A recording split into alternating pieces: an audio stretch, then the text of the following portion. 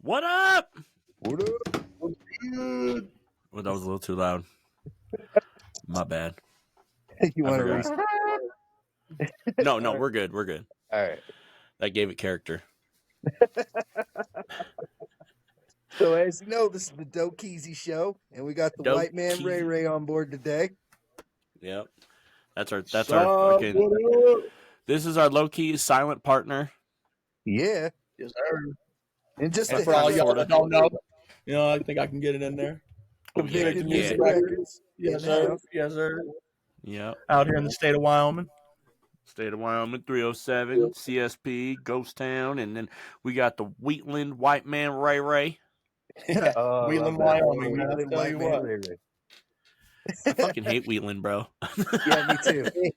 Oh, man. I'll tell you what. I was set up from the get-go on that bad boy. Dude, oh my God. My daughter has to go there for her orthodontist once a month. And every time I pull in, dude, I want to hurry up and pull out. I want to pull out faster than trying not to get a chick pregnant. Like, that's my pull out game. That's what your wife. And I have says, 4 hurry kids, up so and my pull pull out out, game Roy. is not all that. No, it ain't. I remember, it was in 2007. I was getting out of prison, and my mom, she divorced my dad, and she moved here back home to her hometown, Wheatland. And I came here a couple times when I was a little kid, but I was little, man. It didn't even matter to me. Like, it was just like whatever. Oh, yeah. When you're And little, anyway, yeah. 2007 come around June, I get out. She's like, okay, well, I'm going to hook you up, man. We're going to have a good time, and we're going to go back to my house. And I'm thinking, Wheatland's probably not so bad and stuff. And so we're pulling up, and we get here. She's putting gas in the car first, and I'm figuring, okay, we're just stopping and getting gas. Finally, she starts driving into the town, and she pulls into the apartment. She's like, well, we're here. And I'm like, what the hell's this, man? Like, where are we at, man? 'Cause I was born and raised in the city, Right. Green River and Rock Springs. Shout out Sweetwater County. You know what's up. But yeah, I was mind blown, and ever since then, I still here, man. Still here. Damn. Right. And that has its good benefits. I mean, don't get me wrong. Where I'm living now, we live 10 miles outside of town, so Yeah. we boondock living. Love it. Not need too bad. Beverly Hillbillies minus the rich style, but Yeah. Right. Yeah. There's definitely some hillbilly in this group. That's for sure. oh, dude, especially here in Wheatland, fucking inbreeders. Like, I mean, they up in this bad boy, man. I believe it's it. like you look at people and you're like, oh yeah, they're cousins. Oh yeah. They're cousins. Oh, Especially yeah. when they're both super I'm like- overweight and they're at like- fucking like, shout out Walmart. to Oh, the yeah, people y'all that I don't do have a live there Walmart. in Wheatland, but, Do you guys have the to drive? people So let What's me that? ask you this, Ray Ray. Do you guys drive to Cheyenne or Casper to go to Walmart? if we do go and do like some sort of shopping and stuff like that, we have the Safeway here. We have Thrifty Foods. Shout out to Thrifty Foods, man. They cool local business here. We get our foods and stuff there. But if we want to go like shopping and having fun and stuff like that, most of the time we go to Cheyenne because that's where my mom's at. And then in Colorado, that's where my dad's at. So That's fair. Right. I usually have to go fair. down that route. But every once in a while, the wife, she has BAM photographies. Sometimes she'll go up to Casper and do photo shoots with people. And Roy knows I try all to travel about Colorado. with her. Wink, wink. Yeah. I've been there a few Oh, yeah. times. Oh, my dad for sure. He loves Colorado, man. They live in Loveland, and yeah, he loves it, man. Because he's like Green River, pff, dude. I ain't missing that at all. And I'm like, bro, that's where I was born and raised. I fucking love Sweetwater County. If I could go back, I would. And I hate it. I got to go to that shithole next week, and I don't want to. See me, I'd be a hate jealous type. Sweetwater Like, I love living in Casper. Fuck Sweetwater County. yeah, Casper's definitely fun though too. Yeah, It's all right. So I like hey, y'all's all Pizza right. Ranch, man. I fuck with the Pizza Ranch, man. Really? really? I think Wait, Pizza Ranch sucks. Yeah. Being a tourist, man, I'm like, shit, this shit bomb, done. Bro, if you're going to go anywhere, go to Peaches. That place is cool. Hibachi's pretty cool to me. I mean, if you're going buffet, I would go hibachi. Yeah, that hibachi's pretty legit. I had lunch with Roy there one day. That place is pretty legit. Yep, it's not too bad. And then Peaches, if you're going for like a good ass cheeseburger, dude, Peaches is where it's at. Yeah. They literally ranked the #1 fucking local restaurant in Casper. Yeah. Literally ranked. And I still think they went downhill too. But man, their fries, man, shout out to Pizza for them fries. That's what's Oh up. yeah. Their fries and their ranch, bro. That shit's fucking on point. Man, I used to work. They charge extra for ranch now, motherfuckers. So does Burger King. Everywhere charges extra for condiments. Yeah, I know. But it It's a sucks. I know they got to get their bread, but So fuck it. anyways, y'all, well, welcome to episode 2 of the Dokeezy Show. Obviously, we got the white man Ray here. We're going to discuss some topics, but the number one topic, y'all, and the one that everybody's been waiting for, the new Eminem song Houdini. Listened to that joint this Wow. morning. I've probably listened to it like 5-6 times already. Talk about Bro. nostalgia, Evan. Dude, check this out. 11 o'clock last night it dropped. And I was just thinking to myself, and I was like, I got on the internet and I just typed in Eminem, and all of a sudden it's all popped up. He goes, and I looked up, not on the internet, but on iTunes. And I just wanted to see if it was on there. And sure enough, it was on there. I was like, fuck, it's already on here. I thought it was dropping at midnight, but I got an hour early. So, of course, my ass was, I took a screenshot of it, posted on Facebook, and said, yo, check this out, man. I got early access to this motherfucker. So I went ahead and I listened to it, dude. I was blown away by it. I was like, this is fucking dope. So then I was kind of excited about it. So I went out and I jumped over on Instagram. And all of a sudden I seen a little take from his music video. It was only like 30 seconds, if that. And I was like, this is fucking dope. When's this coming out? And it said out now. I'm like, wait, what? So I went over to YouTube and it just dropped, dude. Only like 90,000 fucking people seen it yet. And That's now it. it's at So I was like, 4.7 million views. yes, I was one of the first, less than 1 million people. I was the first 1 million people to check it out, which is whatever. It's no, who cares? But I'm just saying, fucking, I was like one of the first access to check it out, and I was like, yo, and I watched the fucking video, and I was like, this is Eminem show Eminem. Like, this is the vibes I'm 100%. getting. And I was so giddied about, I was fucking pumped up like a fucking schoolgirl, dude. I was jazzed. Well, like I was talking with you yesterday, I haven't been a fan of Eminem's in years. Mm-hmm. I mean, I'll listen to his stuff, but it just never really did it for me, since probably the Eminem show, maybe even Encore. But man, listening to that, dude, that was freaking a blast from the past. I mean, he took everything Very from his first nostalgic. 3 albums and crammed it all into one freaking music video. I mean, And a little bit of not Encore, but what was the album after Encore? The song that it had We Made You. was that Relapse? I think it was Relapse. The one, Rockstar, everybody wants you. That had a hint of that. The Houdini song, it had a hint of that in it as well. Like the, you know what I mean? The rhythm and shit. Not so much the flow or anything, but like the way he rapped was like Eminem show type. It was a little different. He kind of mixed it up, and that's what I loved about it. He took and literally he showed it on the video, is where he took all the genre of his state of Eminem's, whether it was Slim Shady, and then it was this, all his phases, and he mashed it into one. And then, And like then while Ray doing said, that, and like Ray said, shout out to Steve Miller Band, obviously putting that little bit of abracadabra up in there. Abracadabra. Yeah. Oh yeah. We was really excited about that. When he hit that, I was like, okay, that solidified it for me. This is fucking awesome. I loved it. I loved the way he went at it. And I loved the concept. If anybody who didn't pick up the concept, if you're fucking like brain dead, the concept is that before he dropped the song, he was saying, abracadabra, now watch me, for my last trick, watch me make my career disappear. And what he meant was, in the song, if you picked up on it, which most people did, if they didn't, what had happened is that he was getting ready to offend everybody, because Slim Shady, that's what he did. He didn't give a fuck. He offended you. He didn't care about your feelings. And I think that's what he was aiming for, was like, fuck you guys, dude. I don't give a fuck about this woke culture, or however you want to look at it. I don't care.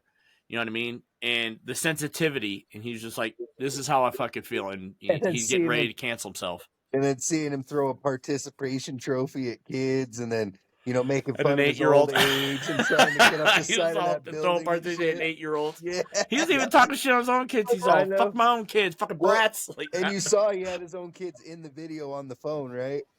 That was awesome. Yeah, that was good stuff. What you thinking, Ray? So on the Eminem, okay. So first and foremost, I rocked with him on the EP days, the Slim Shady EP. Damn. Low Down and Dirty I mean, I remember my homeboy JJ. He was the only black friend I really had. I mean, when I mean black, I mean black. Like this dude was Hershey black. Damn. And how we originally had met was he was dating this really nasty girl, man, and we used to fuck with her all the time. And anyway, he had the tape of the Slim Shady EP and Low Down and Dirty. Like that song, dude, like that instantly clicked me with him right then and there. And then the Slim Shady LP, and of course Marshall Mathers.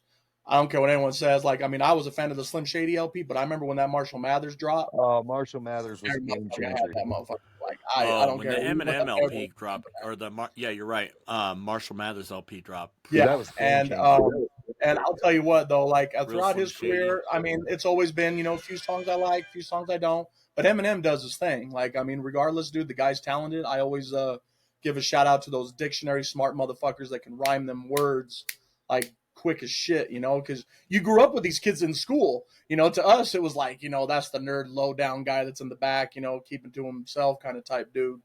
Next thing you know, man, that guy's freaking reading books after books after books, getting that knowledge.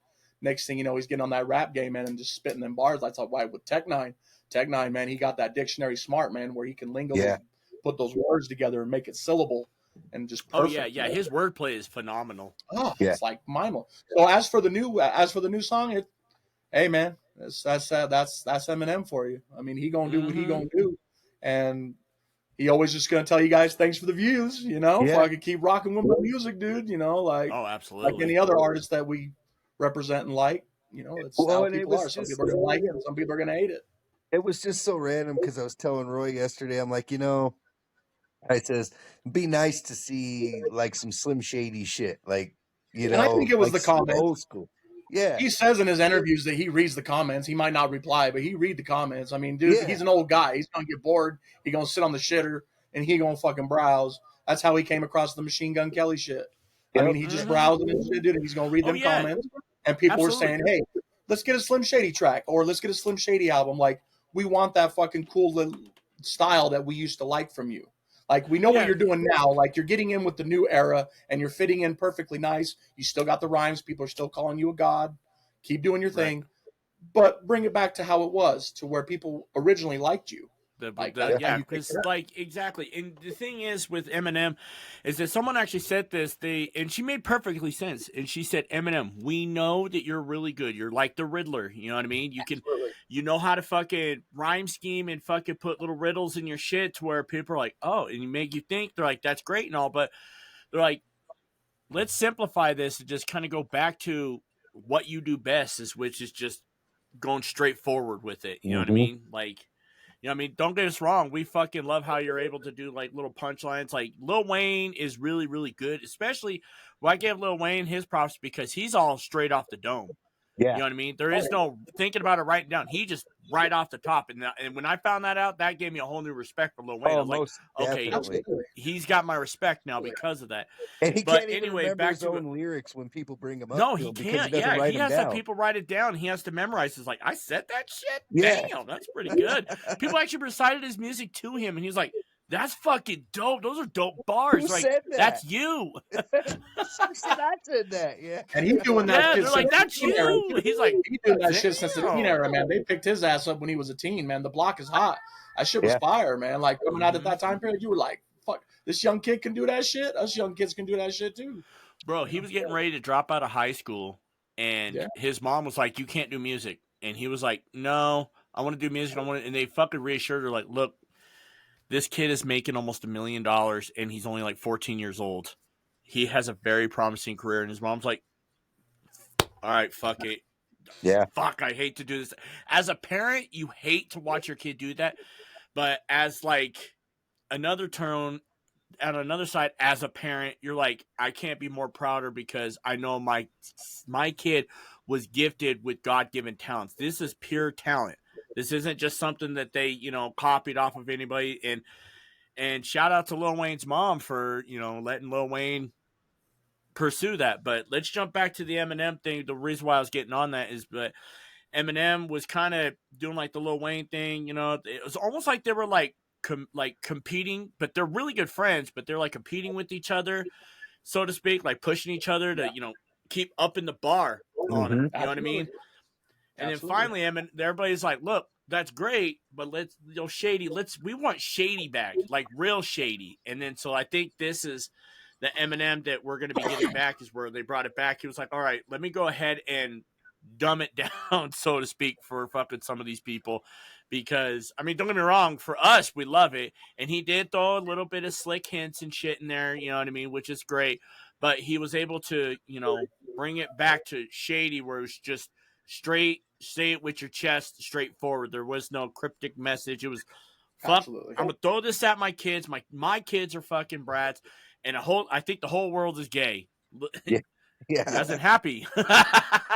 Absolutely. So yeah, I think that's what I love about it. And the nice little nod to the blonde hair and the no beard and all that. You know, that was just that's what the world needed. So was that AI? What was that in the music video? I'm sure. Or was I'm that like sure. an Eminem look-alike?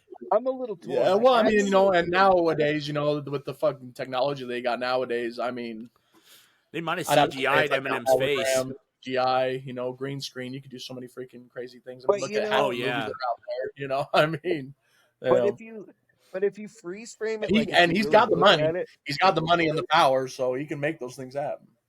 well, and I Right. was thinking, because like if you freeze frame it, like it's him at this age. So I was almost thinking that he recorded the bearded parts first and then shaved the shit off and came back and did the other parts. Yeah, but Eminem doesn't look that young. Like He when he he was didn't. doing like That's why I was saying if you freeze frame the video, he doesn't. Even in the Eminem parts, if you look, his face is longer, his eyes are more droopy. Like he is older, even as the well, he blonde looks Slim fucking Shady pretty part. goddamn young for being 50 though. He looks Oh, damn But young for being even 50. with his beard, he does. I mean, Oh yeah. And that's one thing I do. Well, have he's to in that agree. same category as like Snoop Dogg. I mean, Snoop Dogg when he had his TV show with him and his kids and his wife and stuff, he was always eating fast food. Yeah, he was eating chicken wings. He chicken like that boy eat, man. He eat like a motherfucker, and he hardly ain't getting no weight. So there's like those type of people because I've even had friends growing up where they ate twice as much as me and still be thin as shit. And you're like, how the fuck do you Lucky do this fuckers. shit? Genetics, Lucky motherfucker. I'm like, fuck, dude. I eat like a pig, man, and I eat fast food. I eat all the crap that's bad for you. I gained weight from fucking drinking diet soda, for God's sakes. That's probably a real thing, but they're like calorie deficit. Okay, let me eat ice cubes. Well, you got water weight now. I'm like, fuck, man. And then if I fucking all right, well, I guess I'll switch to air. Well, now you're ballooning. Tell your ancestors, hey, thanks a lot, pal. Right? Yeah. You motherfuckers could have ran a little bit more. I didn't know you guys in the 1500s. What the fuck are you doing, man? Shit. Yeah. My fucking ancestors would have jogged a little bit or fucked some skinny motherfuckers at some point or another.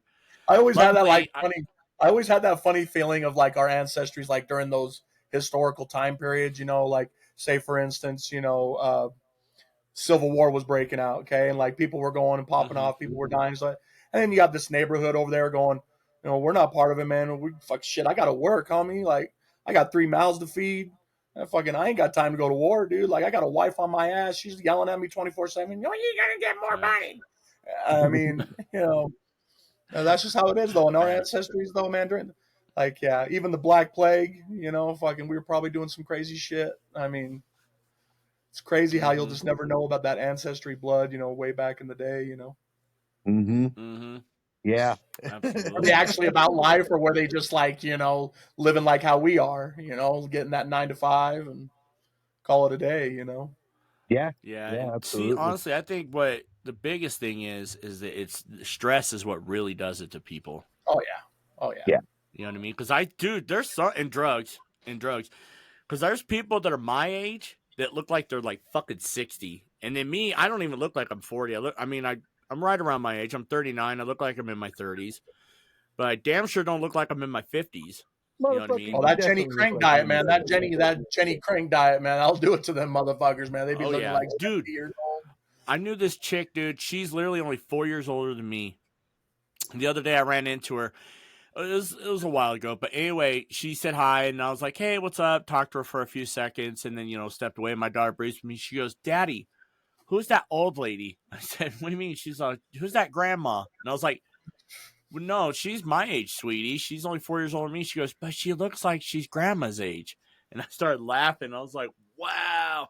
Because my mom is in her 60s. And, and yeah, and I was like, she does look like she's in her 60s. But that chick was, a tweaker. A pop, I don't know if she's a pill popper or not, but I know she's an ex-tweaker for sure. And then she's a heavy alcoholic because when I was working at Wyoming Down, she would come in all the time and just drink, and then she'd get pissed off. She's all, where's my beer? I'm like, you have to have a fucking card. You know what I mean? One of those Wyoming Down cards that has to be in the fucking machine. You have to be playing. She goes, I don't care about all that. I just want my beer. And I was like, go get a fucking card. Go sit down at a fucking thing and play it. She's all, but I've known you for life. Why do you have to do this? I was like, because it's my fucking job. Now go sit at a machine and put a fucking $5 bill in that bitch. Play the 10-cent bet. I don't give a shit, but you have to play by the rules if you want your fucking beer. And yeah, she was just throwing a fit. I just want my beer. I wanted to tell her to get the fuck out. Yeah, I want you out of my face.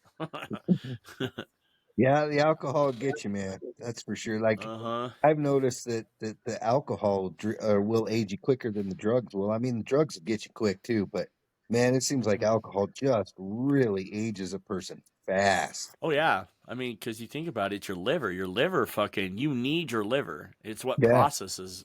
You ever notice that fucking it's the all this shit in your man-made body. things that always make us ill? Yeah. Right. Like it's Yeah, like anything that's grown from the from the earth, it's good for a reason. That's why your cocoa leaves over in Colombia, they, whether or not, for us it's the powder, the cocaine, but over there in fucking Colombia, I mean, right that's there's you're half right. So the Coca-Cola thing, you're right, but see, here's the thing: is that once they take those cocoa leaves and they make it into Coke, that's when it becomes bad. So we have to break that down for anybody who's going, well, cocaine is fucking, natural. No, the cocoa leaves are, but Absolutely. what we do it. And then same thing with spice and what the fuck's that Delta bullshit that people smoke? That's man-made shit. You know what I mean? People are like, here, drink this, smoke. I don't want none of that bullshit, man. That shit ain't natural. Well, it just goes to show you, man, anything that's man-made created is. I hate taking pills. There's nothing we can do about it though because it's so good and it's so yummy and foods and drinks, alcohol don't matter, man. They're gonna get you. They're gonna get you. Well, one way or another. Yep. It's fucking funny delicious. that y'all mention this too because y'all know the movie Dirty Grandpa. That scene where Pam's talking about drugs, and he's listing them off, and he gets to methamphetamines, and he's like, "Well, that's not natural." He's like, "Well, it naturally occurred in my cousin's bathroom in Baltimore, if you know what I'm saying." Man. Like, shake and bake, shake and bake. Dude, I've seen that shit get done, and I'll tell you what, man, that's dude like fucking. I can see why I didn't take chemistry class, man. I'll tell you what, that's some crazy shit, man. Oh, for sure. So let's switch gears, guys. I want to now that we got Ray on, let's actually talk about local hip hop. Yeah. We know you want to promote yourself right quick. I do want to promote my music, but that's absolutely. But I will say this, and before you go on, I will say this. Okay, I listen like Ray, and I apologize if I don't react, but most of the stuff you send me, I do actually listen to.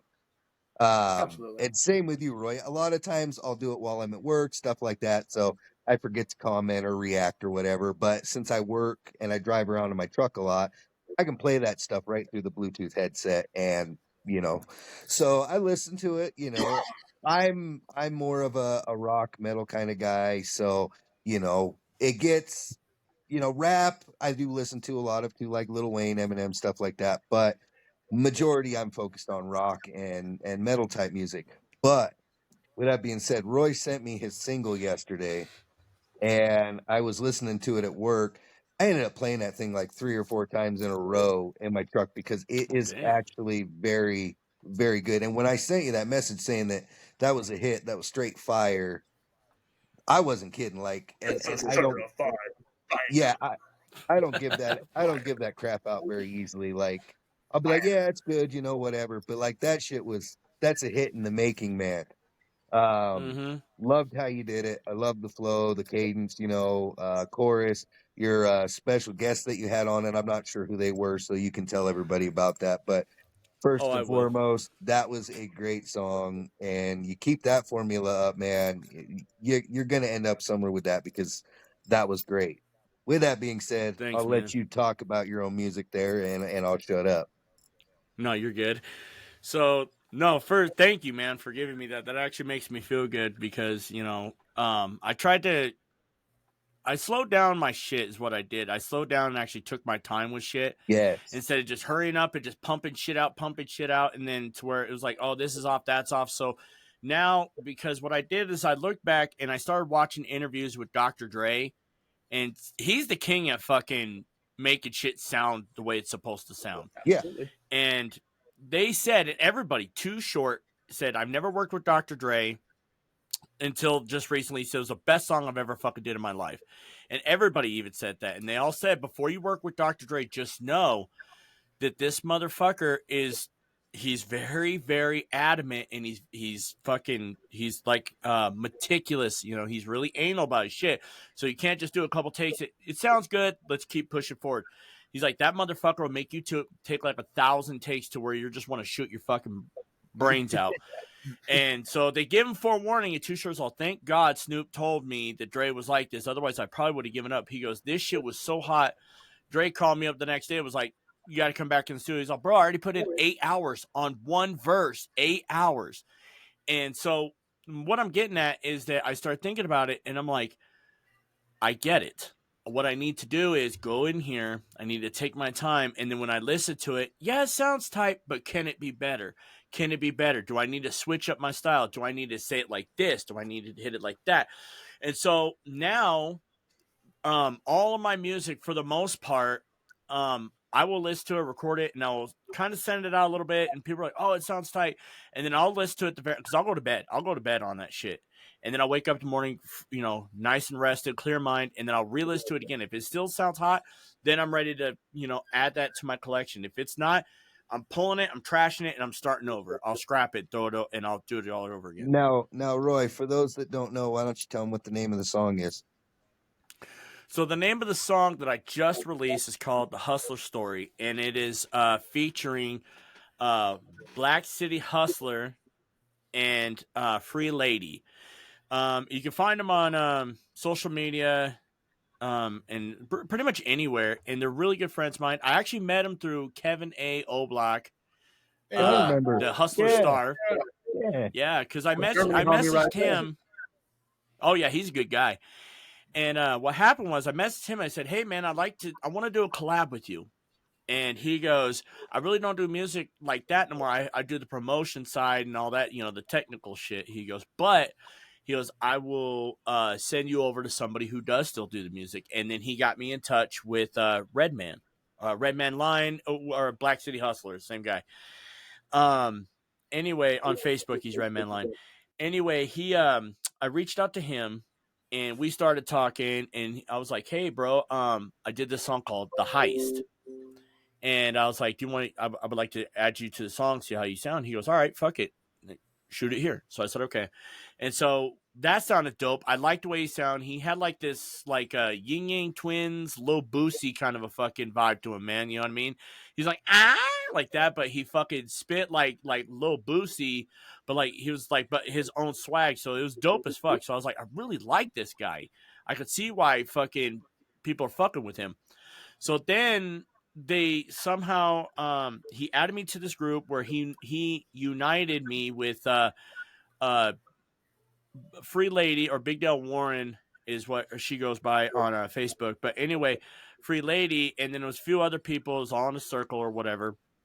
And I started talking to her, and I said, because I wanted to mix it up a little bit. I don't want to just keep the same people over and over and over again. I'm trying to mix it up. So I grabbed her and I said, "Hey, how would you like to do the hook?" Because I listened to some of her music and I checked it out. I was like, "Damn, this girl, she's kind of she could sing." Yeah. So I was like, "How would you like to do the hook on this?" And she was like, "On Hustler Story." And she goes, "Fuck, I'm with it. Send it." And so she did the whole. I didn't write shit for the hook. She did all of it. That's all her. And she sent it back to me. I was fucking blown away. I was more than impressed. I was like, this is more than satisfaction to me. This was awesome. And we're gonna have another feature for the third verse for another guy, and he's younger, so he kind of was like, I can't really fuck with this because it's just not my style. He's all, just let me know if you have something else pop up. And I said, okay, that's fine. I'm not mad at him. I feel him, dude. Some things you just can't vibe with. It's happened. And so then I turned it over to Free Lady. And I said, hey, how would you like to do the third verse? And she goes, fuck, would say less. So she jumped on and she fucking killed it. So I liked it so much that, surprise, surprise, nobody knows this, but I linked up and I got a feature with Lil Wayne, and I added her to it. And the song's called We Ain't. That's what it's called. And it's it's FUWA, fuck you, we ain't. That's what it means. And she did the hook and she did a verse, and it's all fuck you, we ain't no whack ass rappers, like. And then she's all something, something, something. And then she said something like, I'll have to show it to you guys. I'll send it to you guys as a sneak peek. But that shit's so sick, dude. She was like something like, motherfuckers are in diapers when I fucking shoot them, like something with a sniper or something like that. And fucking, you have to hear it. She's got bars, dude. She's got bars. And I was so fucking happy to link up with her because she's very well talented and she knows her shit. So that's what I like about her. But yeah, I got 3 albums I'm dropping consecutively. Boom, boom, boom. 2 of them is going to be banger after banger. Straight up. 2 of them are going to go on mainstream. The first album is going to be Doughboy Rhythm and Poetry. It's actually, I changed my name to RDBE, Roy Doughboy Edwards, because like Doughboy, everybody's got the name Doughboy now. Everybody does. So I had to mix it up, and since everybody's got like a bunch of letters and shit, I was like, fuck it, this is how I'm gonna have to do this. And so I made it work. Anyway, so with that being said, so my first album is called Rhythm and Poetry, which means rap music. That's literally what rap stands for, rhythm and poetry. I said rhythm and poetry featuring, and that's going to be my album featuring all the big name artists that I'm working with. And I'm working with Lil Wayne, The Game, Nate Dogg, Exhibit, Gucci Mane, there was Badass, not Boosie Badass, but Badass. Rest in peace to him and Nate Dogg. There's a few other guys on there that I have to fucking pull up. But anyway, I got a list of fucking songs that I'm doing. And I'm going to have Osh from the Ghost on that, on one. DJ Nike's going to be on it. Big Dale Warren obviously is going to be on there. So, I'm going to fucking kind of mix it up and see if I can throw a couple other people on there. So that'll be done. And then my next album behind that, that's literally going to come out pretty much the same day, is going to be, it's called Let Me Cook. Nice. And that's going to be all my solo shit featuring other artists, like Big Dale Warren, BCH. Oh yeah, and then I got my cousin. I finally linked up with him, dude. I found out years ago my cousin was a rapper. I've never met him in real life, or in whatever, you know what I mean. I never officially got to meet him. He lives in Minnesota. He's on my dad's side, and come to find out, I had a cousin that did rap, and he's actually pretty good. So I found out through a family member, and I was like, how do I get a hold of him? And she goes, oh, you have to look him up. He goes by Stampede. So I reached out to him. I said, hey, man, you remember me? I used to do music. We were going to do music together. We never had a chance. Yeah, what up, bro? And and I reached out to him. I said, how would you? And one of my biggest things is I always wanted to collab with you. And so he was like, normally I charge like $300, but he goes, but fuck it, bro. He says, we're family. Let's do something. What do you want to do? And we did this song called That Fire. And it's talking about, we're rapping about smoking weed and shit. It was real nice. And I really digged him. So he's actually going to be on my featuring album, which I have Twista and Crazy Bones going to be on that album as well, by the way. Anyway, my Twista, he got on a song with me that I did with Twista. So and then Redman or a BCH, he's going to be on that song as well. But anyway, I'll have to show it to you guys. You guys are going to fucking love it. Robbie loved it. It's fucking dope. anyway, so that album's done, and then once all that shit's done, and then I got my third album, which that's not going to go streaming on platforms. I'm going to put that on my mixtape, which is my 15 Years Too Late. That's all my like side projects that is dope, but not good enough to make it to where it's super streaming. This is more of like just for people who really dig me You do to what go you love check to do, out. man. This is for them. Very nice. Very nice. Hey, Ray Ray. So very theatrical shit too. Yeah, we look forward to hearing that, my man. So what local artists you want to spotlight there, Ray Ray? Bro, well, first and foremost, man, state of Ohio. I mean, that's where we all from, Yep. and I started this shit in 2009.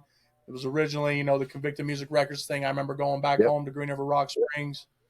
I met up with a couple of my buddies, R.I.P. Sonny, fucking, that was one of them. My Yeah, boy little Bug, Sunny dog. he don't rap. He really don't rap no more, but anyway, we all got together, man. And I'm like, dude, like, I want to create something out here that obviously no one has created.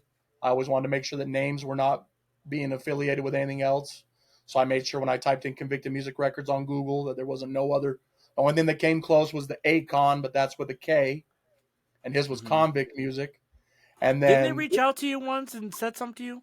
no, that was that fucking festival with ICP and the Esham, dude. Fucking Oh, is that what that ICP's was? I management. know we were Yeah, talking about happened? that, and yeah, what happened with ICP that? management. So, anyways, I think it was Virus or somebody. I can't remember who reached out to me originally. And when I made that fucking commercial, it had the Psychopathic Records logo. Well, at that time, I thought Isham, because fuck, the guy goes back and forth with ICP. So I figured that this latest release, he was with Psychopathic still. Nah, that wasn't the case. So apparently, Psychopathic Records staff got a hold of Death Lab, and then Death Lab got a hold of me and said, "Hey, we need to take that down. Motherfuckers ain't feeling it." And I'm like, "Oh shit, sorry, my bad. Like I didn't know."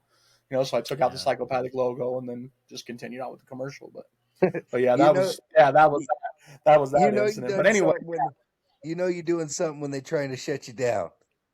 absolutely. Oh yeah, and shit. Absolutely. But like I said, so we ended up making the label, and I was never intended to be a rapper. Like it was just I wanted to be that guy behind the scenes, get you out some beats, get you out the promo, get you out the production, merchandise, you name it. So I had Sonny, I had Bug, and then I had my acoustic guitar guy, Billy. Mm. And I'm like, okay, cool. Well, first and foremost, Bug, Ronnie, that motherfucking guy was my first guy in line. To me, that's my Tupac. Like this motherfucker, like when he gets on them fucking mics and he spits just real life, like where he did the fuck it song, Where I Come From. Like I knew like that was like Wyoming. Like for Wyoming, that shit go hard. Like I was like, this is definitely. So I started sending them out to people away from Wyoming. People were taking a liking to it. So I'm like, cool. So we continue it on, so on and so forth. Long story short, throughout 2009 to now, still here. Oh yeah. Our discography catalog is fucking years high. I've got shit tons of albums. I decided to get on there, and that was pretty much when everyone didn't want to make music as quickly anymore. And so I'm like, well, fuck. I made this label, and I ain't got nobody on it. What the fuck's And I gonna happen will now? And and I so will say, I made that first album, which I don't care too much for my first album. But when I did the New Year, New Things, that's why when Doughboy over there fucking talking about BCH, Black City Hustlers, man, them motherfuckers are there from day one. Like Oh yeah. 2009, 2010, I got with A Mm-hmm. Block and The Hustler Tone. Star fucking crew. Fuck yeah, and like he does it hellaciously well, man. Like for Oh Tone yeah. and fucking And they're A Block. connected, dude. They're from America all the way to Germany. Oh yeah, oh yeah. yeah, And when we helped them out with Unsigned 99, that's still going on. So when you were talking about highlight artists and stuff, everyone knows who is from Wyoming for rapper or music wise. Unsigned 99.9 as well as just me in general. yeah. I'll always make Mm-hmm. sure I help in the social network world promo. But there's tons of great artists out here, man. You guys, Syndicate, homie. Shit, Mm-hmm. Syndicate love. I I don't know. give a I miss fuck. some Oh yeah. days. I still got y'all motherfucking t-shirts. I remember Yeah. every That's what's fucking show up. we did. I I don't mean, even Yep. have any of our merch anymore. I got nothing, bro. Dude, I fuck, bro, still. like Syndicate was where it was at, and that's how I got really more into you with Ken. Fucking, Yep. man, we got I connected with the introduced you to Syndicate Kenny things too. because that's right, Yeah, because I needed a manager, and I said, "Shit, Kenny, and then ironically, y'all are both from fucking or y'all both have ties with Green River, so it just made sense to link y'all up because I was like, well, shit, I kind of, I had pulled Kenny into the music shit for a little bit. I said, hey man, I have a lot going on. I need somebody to fucking kind of figure some other shit out for me, so I don't have to deal with this half. And Kenny's like, yeah, he's on. Let me look into some shit, and we'll start researching. And Kenny jumped on, and then after that, I said, well, here's the name and whoever to fucking fuck with, and then you can mix it up with them, and then shit. After that, Lil Dude. Kenny and y'all just started linking up. It's like, oh shit, this motherfucker from Green River, what? Well, and I'll tell So you, you know what I mean. I'll tell you, man.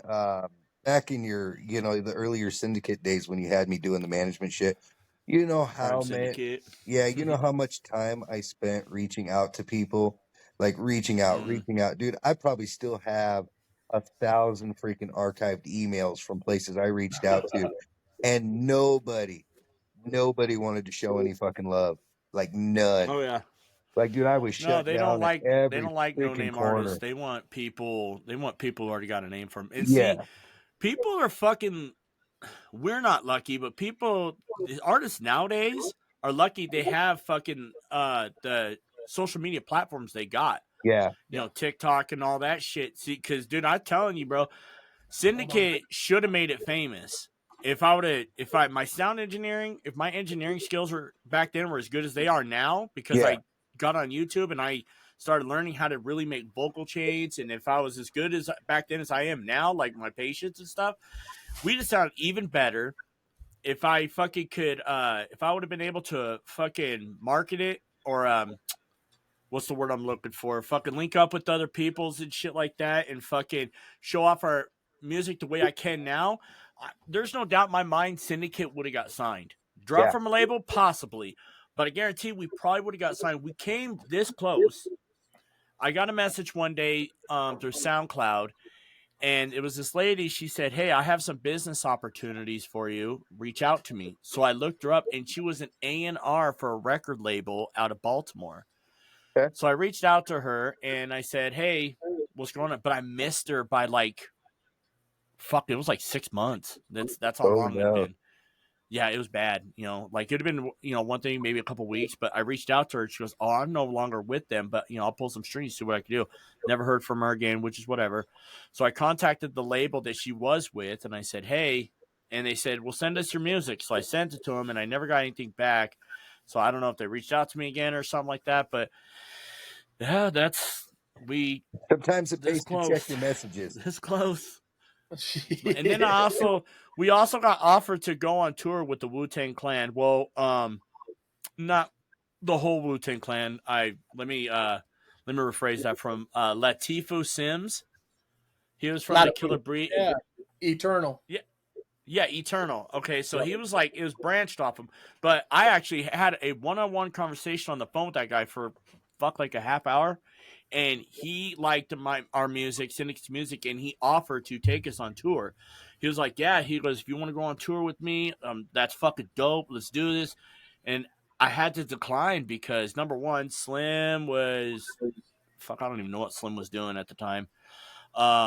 Big Matt moved to Florida. Ryan, I don't know what the fuck Ryan was doing either. I know that everybody else, the Syndicate was pretty much done by then.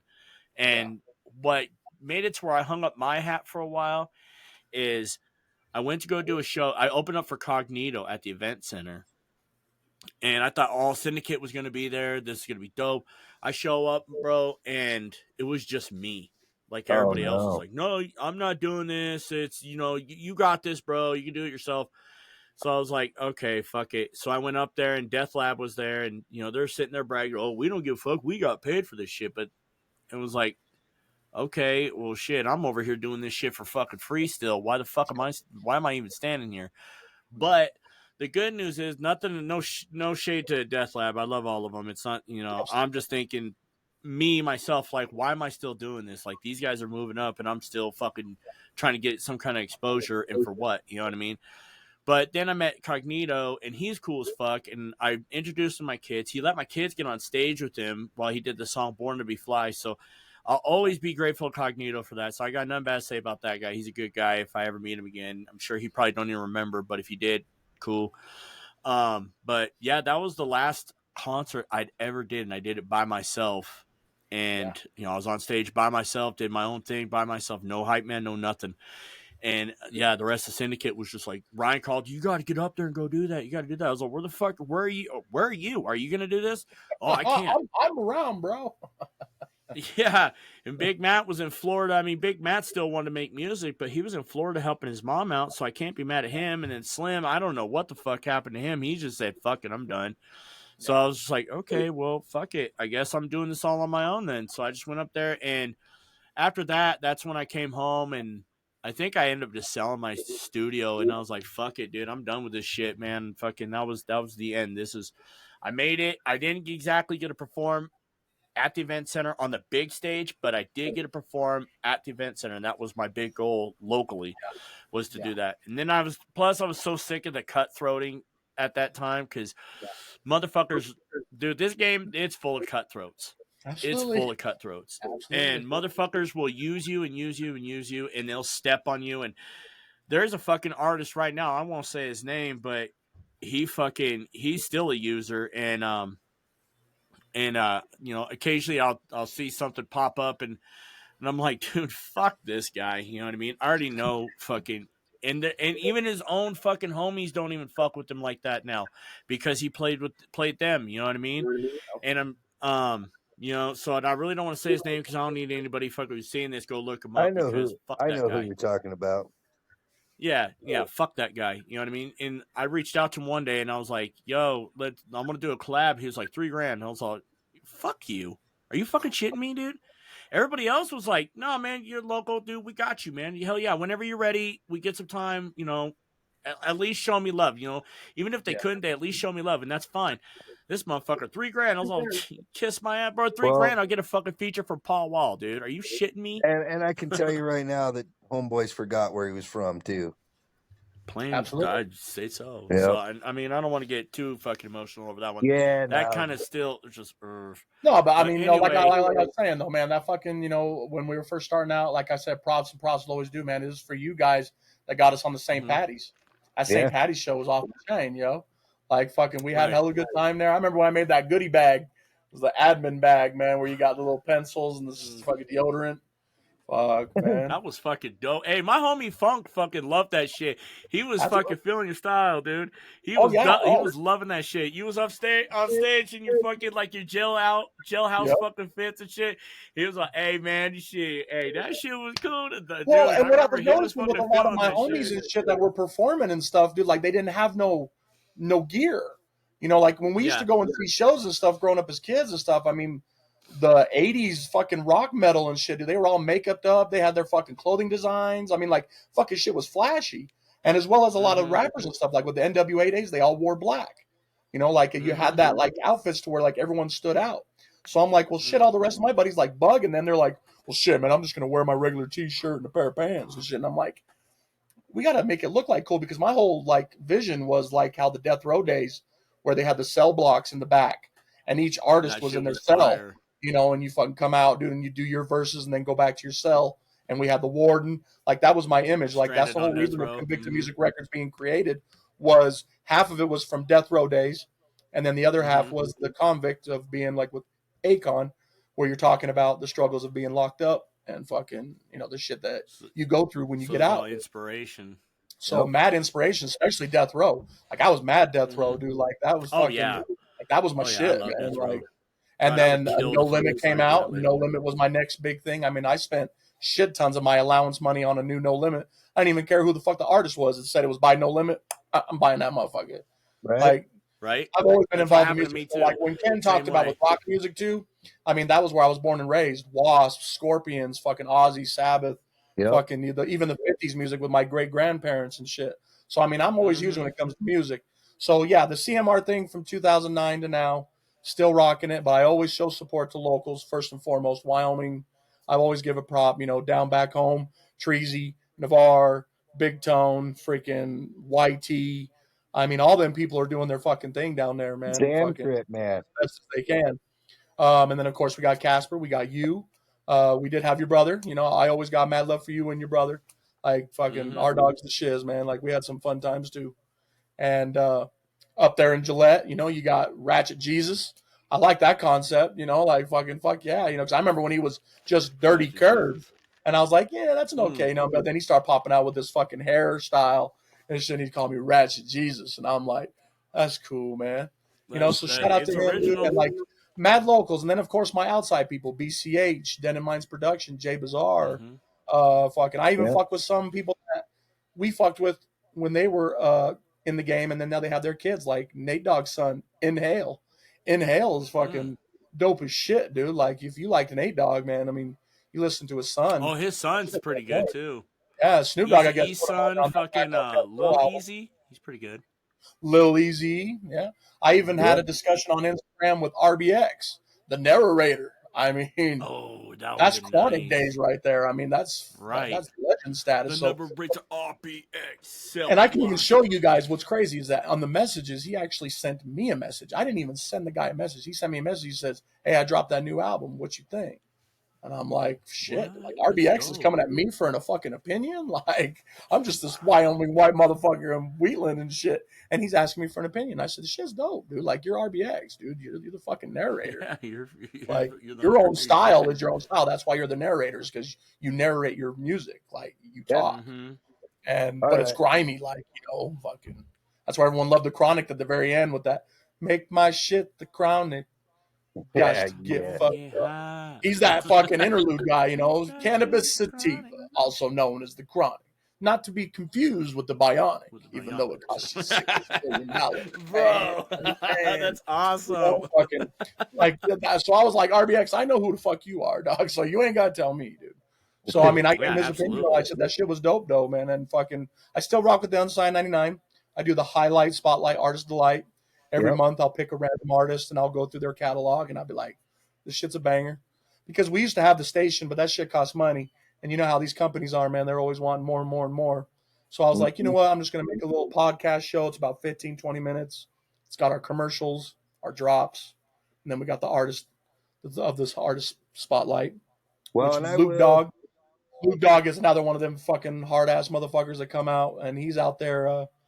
He was down there in Texas, I think, but he's over on the East Coast. But I deal with all kinds of music, rock, rap, fucking reggae, you name it, bro. Like if it bangs, it bangs. You figure back in the day, Beethoven, you know, fucking deafer and shit. He don't know if he's got a banger. He just fucking sitting there rambling on that motherfucking piano, and the fucking king. You know, the king tells him this right now because you got to figure when Beethoven first started out, that dude was garbage. People fucking hated that dude. He had one more shot. He had one last shot at that king's birthday. He had one last shot like some Eminem 8 Mile shit. You got one opportunity to seize everything you ever wanted, motherfucker. Put that shit on the line. And he had that birthday fucking popping. He had them bitches up in there fuck. I mean, he getting grimy. I mean, them fucking, and the king come back and he says, hey, that's a fucking banger right there. And he don't even know. He's deaf. He's like, he just nods his head. Like, whatever. You know, like, fuck, dude. He's usually deaf, like dang, dang, dang, dang, dang. What do you guys think of it? Sounds good, dang, dang, dang, dang. It's like the people that were living in the apartment complex. You know, he's upstairs fucking slamming that piano and shit, fucking 2:00 in the morning and shit, and someone's behind him yelling at him, Beethoven, turn that fucking shit down, man. He ain't hearing that shit. He's fucking making banger after banger after banger, man. Fucking ain't got time for that shit. Like all I can picture is some fucking king from back in the day be like, "Yo, that shit's a banger." Like, oh well, you gotta figure back in the, yo, that you gotta figure, gold, bro. Yeah, you gotta figure back in that time period, dude, to displease a king and queen. You were fucking dead, dude. Yep. Oh yeah. Like you were fucking cut. Literally one shot, one opportunity. You better capture this motherfucker is like, I'm going out hard, motherfucker. Dun dun dun dun. Dun dun dun dun. Fucking y'all like that shit, motherfuckers? Yeah. I wonder back in the day, like what the royalty like enunciation for a banger was. Like, oh, that was quite delightful with the spot of tea. There you go. Like, quite eloquent. Do thy play thy piano in the dark? Thou shalt make it go boom. Boom. You got the boom. Thou shalt. Does the queen know about thy new rhythm? That shit's fucking awesome. So, hey, I gotta give a shout out. I gotta give a shout out to another local artist, Osh from the Ghost. Absolutely. I got to give him a shout out. He just dropped a whole album yesterday, actually, ironically, the same time I dropped. And this was all, I mean, I didn't even know that. And he didn't even promote it or nothing. It just out of nowhere. He goes, yo, my new album's out. Boom. And I was like, maybe he did promote it and I just missed it or something. But anyway, I got to give him a shout out because he did drop an album and I checked it out. And he did this song. What the fuck's the name of that song? It's dope as fuck, actually. I like that. It's like that.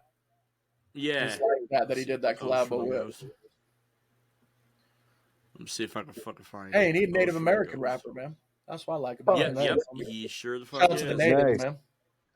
Okay, so the album he did is called Morpheus. Yeah, Morpheus. Oh shit, this came out fucking in April. I didn't even know that. My bad, Osh. Yep. This shit came out for over a month ago. What the fuck? But anyway, this song's called Rolling Up. Oh yeah, yeah. That music video was tight too. Oh yeah.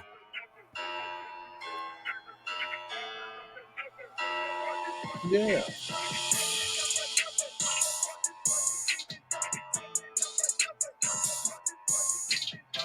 Like that type of stuff you ride in your car too. Yeah. Got the big old speakers in the back and shit. Got the windows rolled down, asking people if they want to ride, and they're like, "Nah, fuck that, keep rolling." I'm gonna have to go and put that. I'm gonna jump on my Escalade and see how hard that shit hits. Hey, you want to give me a ride? I wonder if it fucking bangs. I wonder if it bangs. If it don't, I'm gonna send that shit over to fucking DJ. Fucking what the fuck is his name? It's that fuck. I love him too. The fuck is his name, dude? It's Rusty Balls. There you go. Rusticles. He calls Rusty Balls DJ Rusticles. And what he does, he's well known in the bass fucking community. Well known. Yeah. And DJ Rusticles, dude, what he does, he takes songs and he'll go and figure out their bass lines, and he'll take the old bass line out, and then he'll put the bass line in that fucking matches your system's fucking hertz fucking response. Nice. So, like, a lot of music that fucking you put in originally, like, my system really don't bang to this like other systems would, because certain subwoofers bang to different hertz, right? So that's the beautiful thing, because, like, say I like songs that fucking banged on some 8-inch or 10-inch something, but it didn't sound good on this other brand, but I got this other brand and I really like that song. So that's where DJ Rustical comes in. And then, like, that song, it didn't go viral, but I did do a song where I did that song Knocking Doors Down by Pimp C. And he rebased it to where the fucking bass response fucking matched up with my subwoofers correctly. So that shit hit so hard that shit was literally just falling down. It's like, brrr. So anyway, the point is I was getting at is that that's where that down south comes from, man. I love that down south music. Oh, I love it, dude. Oh yeah. Bangers, dude. Bangers. All bangers. Rap a Lot Records. Rap a Lot, Swisher House. I mean, fucking, you got Screwed Up Click Representatives. Yeah, the DJ Screw. I mean, fucking, I guess you can. I mean, Dope House Records. Shout out to Baby Bash and shit. Michael Watts. I mean, you got fucking. What the fuck's his name? Bun B even got the burger business. And then you got T.I. Yeah. Yeah. Then you got there, man. Trill Burgers. Trill Burgers. Yes. That's I want to try one. Did you know that motherfucker sold over 1 million fucking cheeseburgers in a month? As a local dude, that is phenomenally crazy good. Right, put that lean in the burgers. He probably did have motherfuckers coming back. They're like, "This is crack burgers, some man. Of that lean burgers on me." Kenny, what happened? Hey. Where's Kenny? Ken? Got in and out, probably. Either that or he had to go take a shit. He's like, I got shit. Yeah, I mean, that down south music, I mean, even in Florida, man, Luke, Two Live Crew, I mean, they were that originator of that booty. You don't really hear much of the booty rap anymore. I mean, you do, but you don't. Right. So Luke and Two Live Crew, where are they from? Are they from Florida? Miami. Yep. Okay, so they are, yeah. Because I was like, I mean, when you think of that shit, you're thinking Miami. Because, I mean, it's hard not to rap about fucking sex because, I mean, Miami is full of just fucking, you know what I mean, attractive women in their bathing suits everywhere. My dad got to meet Fresh Kid Ice, the Two Live Crew. It was Brother Marquis, Fresh Kid Ice, but it was a different DJ, and it was at the Kill Peppers over in Rock Springs, and I was locked up at the time. But my dad was doing his Max Radio thing that he wanted to make a dream happen, which never ended up happening. But at that time, he went and interviewed Fresh Kid Ice, and this was during the debacle where Luke and them split up. He went his way. Luke went his way. It sucks that you didn't get to really talk too much with Brother Marquis, but he had a really good interview with Fresh Kid Ice and shit. He got autographs for me. Still have them stored away. That's fucking cool. R.I.P. Fresh Kid Ice. I guess his book was pretty good. My dad said I guess he wrote a book, Rise to Fame or something like that, and never had a chance to read it. But man, dude, when it came to music world, though, I mean, when you guys mentioned with me and music, oh yeah, I mean, same with you guys too. I'm sure you guys know your history of music, but oh yeah, it's been like that since out the womb, man. My mom and dad, they were teenagers. My mom was 15 and my dad was 17 when they had me, so I was already being raised by teenagers. So they were still in their fucking Journey, Scorpions, fucking Wasp, fucking Ozzy, Black Sabbath, Venom, fucking Motorhead. So that means your mom's only fucking 44? She's only 50. Or 54. She's only 15 years older than me. Wow. It's crazy, 54. Right? And she would, and my dad was born in you had 68. your first kid? I had my first kid in 2011. Okay, so you got 13-year-old. Yeah, I got a 13-year-old, and then we have Donovan, who just turned 5. He was born in 2019. Your mom was just barely in her 30s when she became a grandma. Or no. 40s. It'd be 40s. 40s. Oh, okay. So yeah, never mind. So my dad was born in 68. My dad was born in 68. My mom was born in 70. Oh, okay. Where the fuck do you go? I had to take a walk around the block. No, my phone cut out.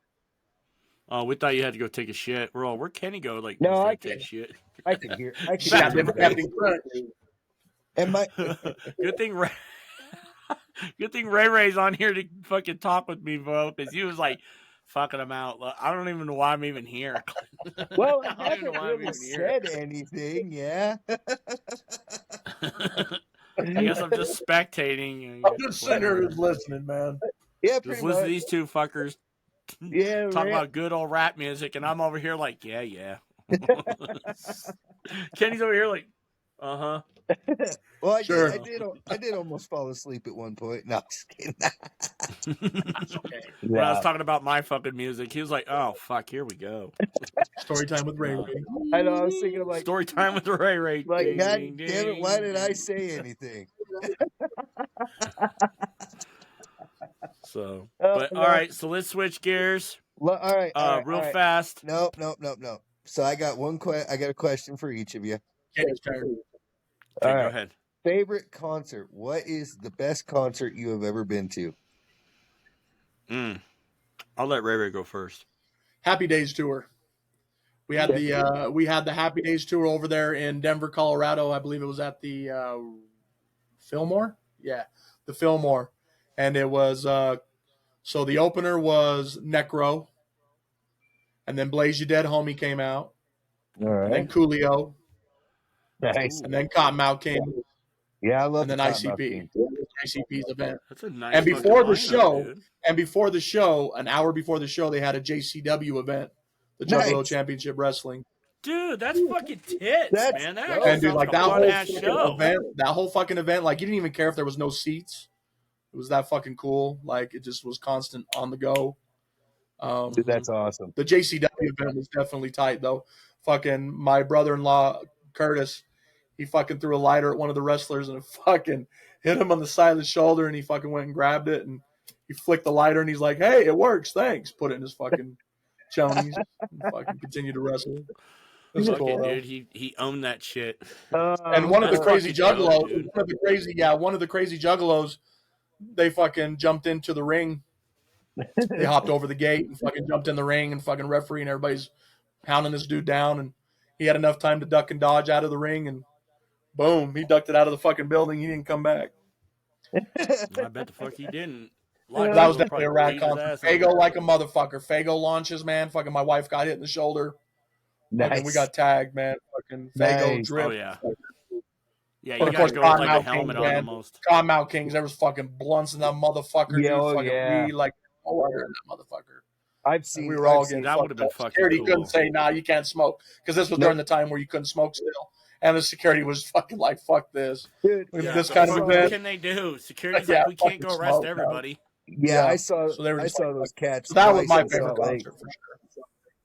Yeah, I saw those cats twice in Salt Lake, and both times so much weed and wasn't nobody stopping nothing. No. No. So what about you, Roy? That's what's up.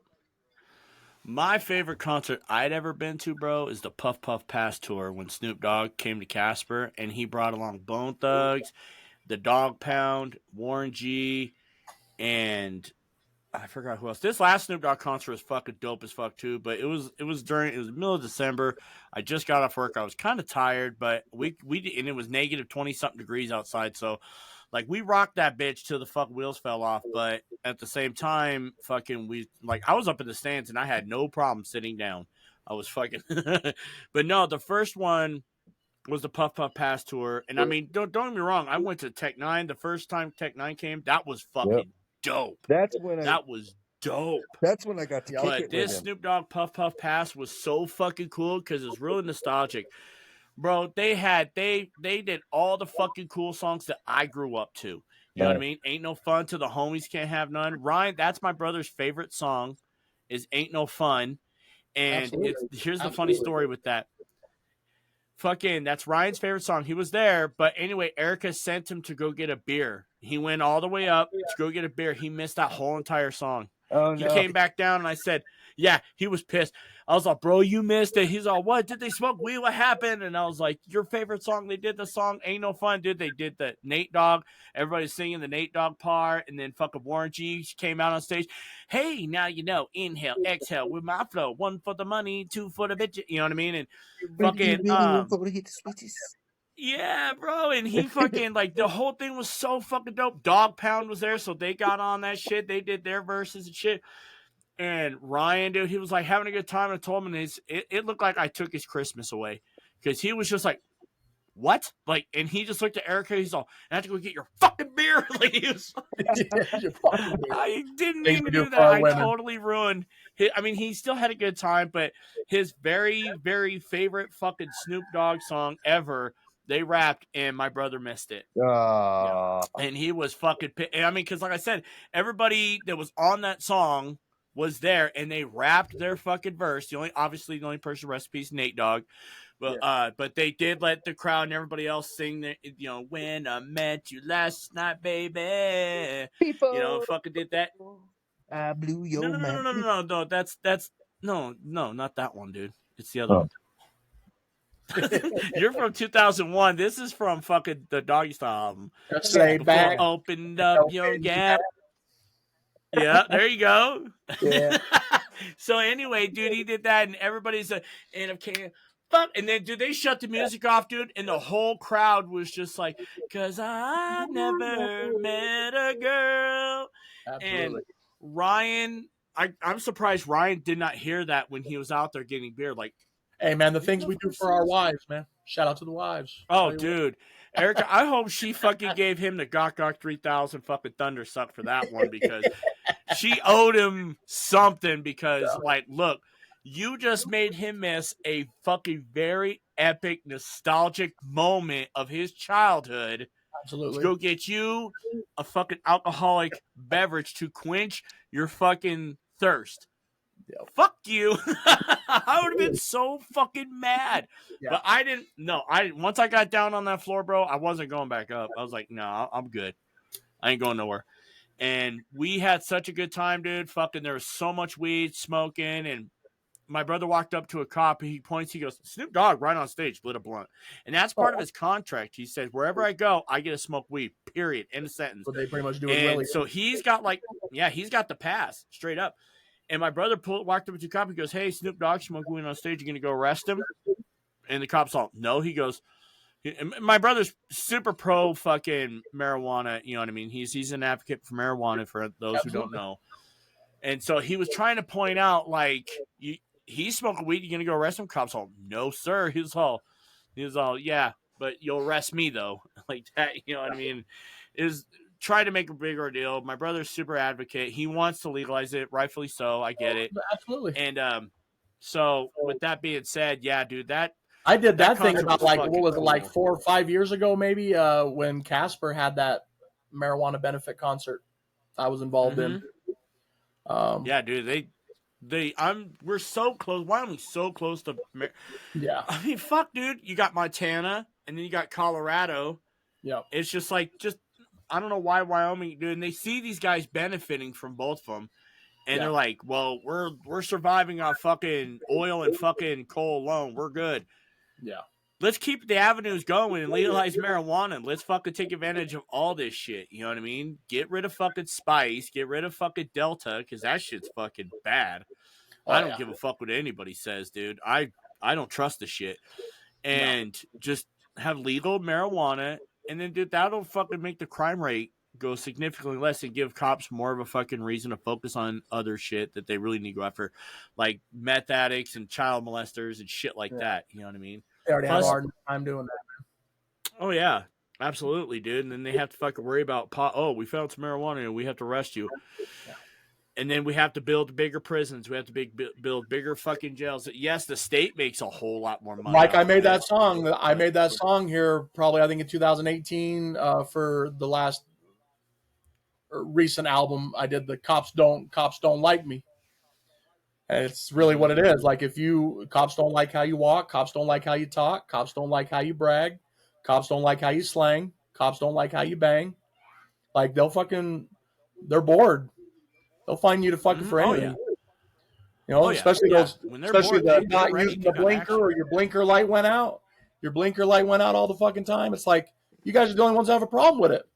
I don't have some citizen tapping me on the window going, excuse me, sir, but your light on the right does not work. Cool. I'll get that fit. That's happened to me.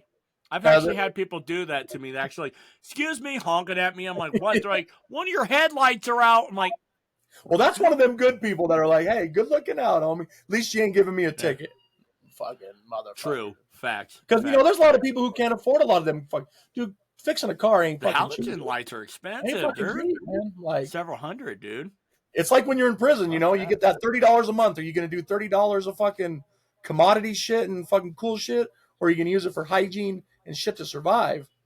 So when it comes to those kind of things, fucking in life, especially when you got kids, kids and a wife, a family you got to hold down, fucking bills, man. So then when your car takes a shit, you're like, fuck, dude. Perfect. Seriously? Fucking perfect. Like, great. So then you just try to drive it as best as you can, knowing that it's all damaged and broken. And here comes the cop. Did you know you got a fucked up car? No shit, bro. Like, you don't think I know that this fucking thing's all fucked up and puttering to get to point A to point B? Like, yeah, like, what, you think I fucking enjoy looking like this? Yeah. You think I enjoy having this shit? I don't. You pull me over just rubbing it in, motherfucker. Of course I know this broke a problem. Pay for it and I'll fix it. Yeah. No, and instead they give you and here's the thing. They give you a fix-it ticket. Here, now we want you to fix this and pay this bill on top of it. You're like, how the fuck am I supposed to fix my shit? Now I got to pay your fucking sorry ass. Yep. Like, that's so dumb, dude. We need to trade in all our vehicles and get a horse, Doug. Just fucking ride out, homie. No shit, huh? That shit Oregon Trail days, man. Get yourself a wagon. That shit covered up. Strolling you can get a DUI being on a horse, isn't that right, Kenny? What's that? You get a DUI for riding on a horse, can't you? Yeah. Yeah, in some of the places, like it's not like in all of the cities and towns and stuff, but there are some people that still allow you to ride. Because I've heard of people getting DUIs on fucking skateboards. But I'm talking like just back in the Western days in general, where you could just show up whenever you wanted to, I thought it had to be motorized in order to get a DUI, but even if you're on rollerblades and that's the reason why they invented the car, is because it was hurting their ass. That's the only reason why we got rid of the horses. It's because it was hurting our ass. Yeah, that's the only reason why the vehicle came out. Like the bench. Somebody were fucking had a pain in the ass and they had enough of it. And they're like, fuck it. Could you imagine riding in a fucking in a stagecoach with that fucking piece of wood, just sitting on wood all day, just riding like fucking days and months? So when do we get to California? It's going to be about 6 months to a year. Fuck, if we make it. If we make it, some of us are going to die of smallpox, Timmy. Fuck. Hey, look, there's Independent Rock, Timmy. Timmy. Yeah, and you had to leave them where they lied, man. Like, oh, this motherfucker's sick. You got to get out of the wagon, dog. Oh, please don't leave me. Oh, we got to, dude. We got to make this trip, dog. Hey, Sorry. anybody got some stones? We got to cover them up with rocks. Just go lay down over there. The best thing to do is that you're going to be food for the vultures. It shows you that humankind can survive. So we don't need a lot of the shit that we need to survive. It's just the shit was hectic back then, but we lived it.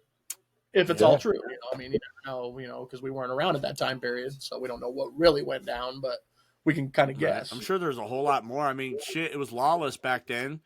I mean, it really was. I mean, you could do a whole lot to a whole lot of people, right? Some fucked up shit. And who the fuck they gonna go tell? They got to ride fucking 60 miles and then get some kind of image of you and draw it out and say, wanted this man for $30 somewhere. Shows up in a bar. It's time to duel, bitch, outside. Yeah, you know what I mean? You could literally, dude, motherfuckers be raping bitches and shit and stealing their cattle. Like, the fuck you gonna do about it? Go tell them. Oh, and I bet those brothels were so nasty. I bet those brothels were nasty, man. I bet they stunk. I bet, dude. Bitch, there's a horse trough outside. Go sit in that motherfucker for a minute. Ew. Oh, man, women should be so fucking goddamn grateful nowadays that fucking, because things were a whole lot worse back then. The people had shit back then, they had herpes and gonosyphilis and shit. They had their little big wash bowl right there on the counter with the little washcloth. Clean up afterwards. Yeah, they just wipe your shit off real quick. Gross. No privacy either. Men didn't give a fuck either. Because a lot of them didn't care about soap, so it was just straight up fucking ass, fucking smell, man, in that fucking room, dude. Oh yeah, it probably smelled like straight, but they're so used to it. It's probably so natural. Absolutely, it was. You strolled into town after fucking traveling for 2 weeks, and you're like, "Fuck yeah!" Ask for a nickel, sign me up, dog. Fuck yeah. Yeah, I don't care I can't even smell it now. So what do I care? I've been smelling my horse's ass for the last 2 weeks, and trust me, I've been thinking about it.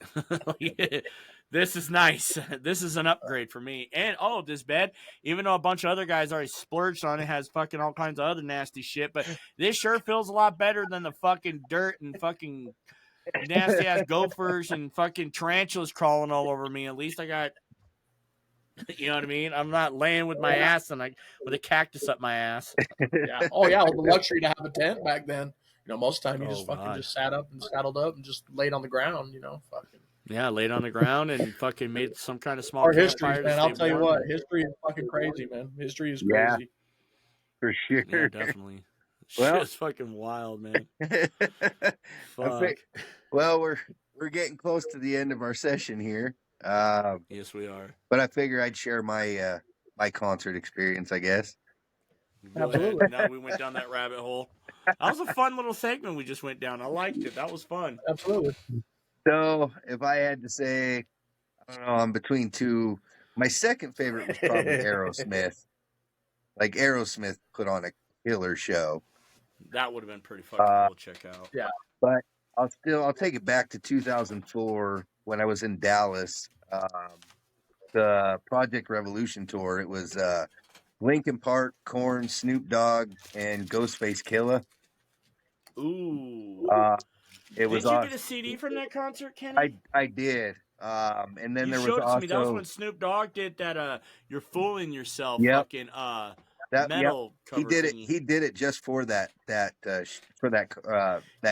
Yeah. Yourself. Yeah. Do you know how long it took me to find that fucking song? Because you gave me that CD and had it for a while, and then it disappeared, and then eventually I found it on YouTube. Yeah, because you couldn't find it anywhere else. It took me forever to find it too. What I ended up doing was I belonged to a lot of the Korn fan groups, and somebody else had it. I actually tracked somebody else down that had a spare copy that was willing to send it to me. So I actually still have that CD sampler from that concert. Oh, dude, that thing's probably worth some cash now. Yeah, if not, it will be a couple $100. Yeah. But I mean, yeah, you had Linkin Park put on a great freaking show. Korn, this was before they quit the drugs. So I mean, they were in their fucking prime heyday. Absolutely. Amazing. Snoop Dogg, I mean, 2004, you're talking 20 years ago. Snoop was still top of his game too. Oh yeah. Yeah, Ghostface Killer, Less Than Jake, The Used, back when The Used were a brand new band. And then MOP was there. Like there was, yeah, it was an 8-hour concert, and it was by far the best one I've ever been to. And you know, to be able to experience it somewhere as big as like the Smirnoff Center in Dallas, Texas, um, was quite a big thing for a little guy from Wyoming, you know. Mm-hmm. Yeah, it was freaking As awesome. for But then, performing wise, as for performing wise, my biggest one was the Little Flip concert in Riverton. oh That was yeah, just sold Ooh. out. Man. The I motherfuckers were did still not know trying to Lil get through Flip the came to fucking doors. Riverton. That's fucking Yeah, cool. shout out to yeah, Pookie Don, man. Pookie Don, he's the one yeah. that fucking got it all set up, and I that shit was remember that packed, dog. because Yeah, that shit was I packed. almost got tickets for that joint. Yeah, I remember that. That was I a sold big that deal. full of Was bag too. I sold that full of bag. did you? Did you for Whether or not real? little flip going fucking say yeah I did or not, I know the truth, man.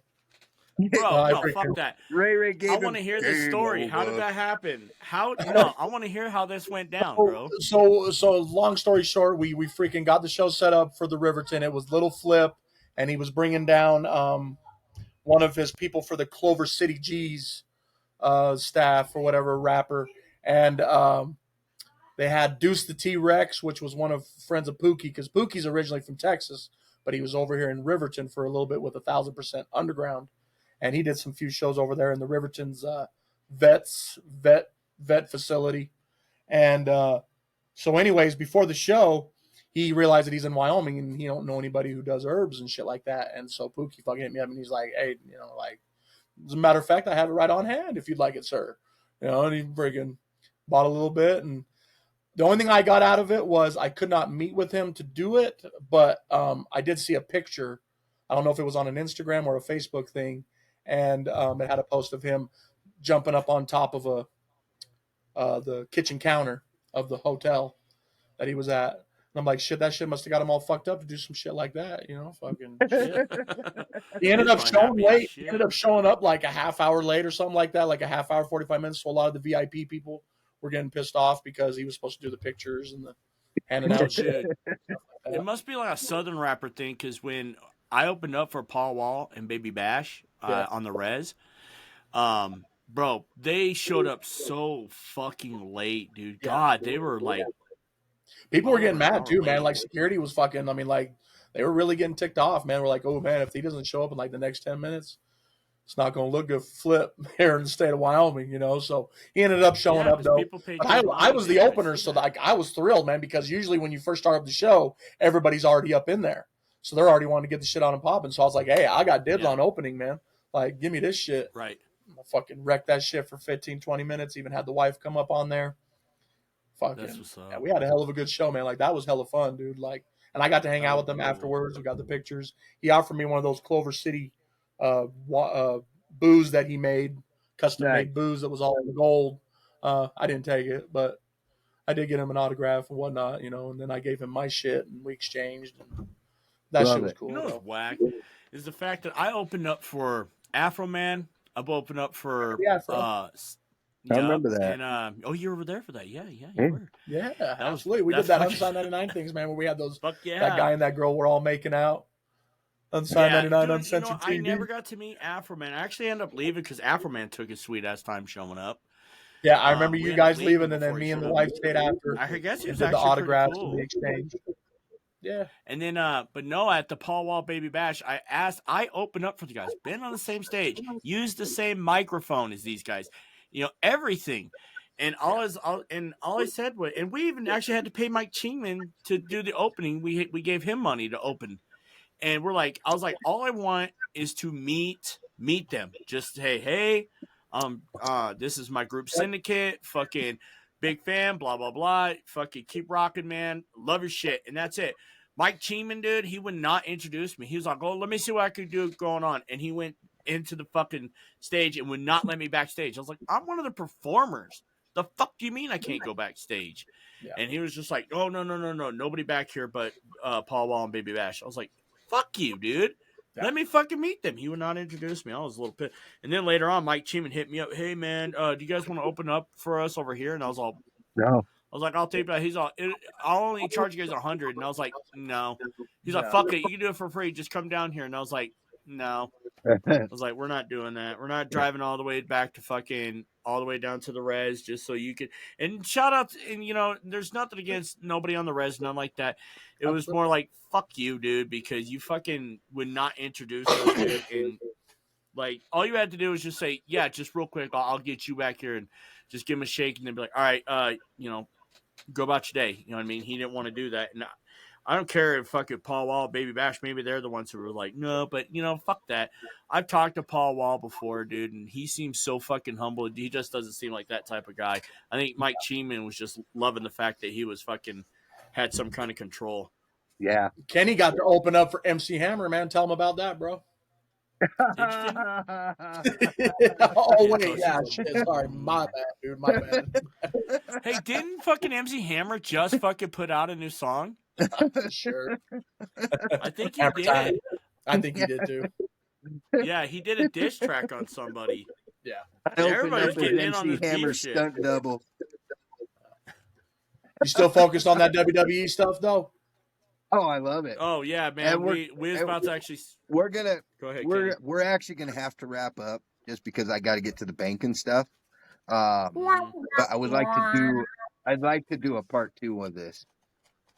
Like Absolutely. this has been quite a fun episode, and get you more involved into the talking instead of listening. Well, and we went like we warned people. We kind of went down the rabbit hole we were trying not to go down.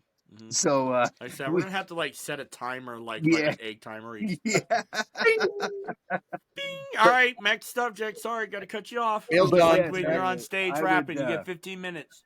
I'd love to go down the WWE rabbit hole. A lot of big shit has been happening lately. A lot of great shit's been happening lately. And so yes, I would most definitely love to go down that world with you. And several other things too. But yeah, most definitely got to go down that WWE rabbit hole. Yeah, That's definitely. what's up. So we want to do our outros? Yeah, Let's do it. absolutely. And then folks, be prepared for a part 2 because there's a part 2 coming soon. We'll make it happen for you, and we promise we won't go so much down that rabbit hole. So I'm LQ. You're gonna like it. You're gonna like it. You're gonna Like it, you're gonna love it. But Love it. I'm El Keezy. Thanks for coming. You got Doe Beezy over there, and you got the white man Go Ray Ray. Reezy.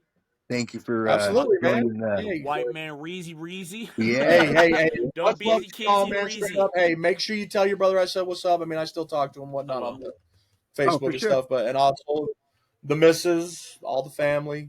Mad love to both of y'all, man, for real. Shout Absolutely. out, to everybody out there in the music world that we didn't mention or we did mention.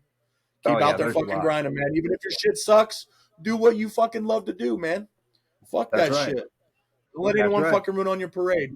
Fucking do your damn thing, Absolutely. however way you want to do it. All right. For real. Absolutely. Well, thanks for coming, Love y'all. All everybody, right, y'all. and we'll see you next Love you, time. bro.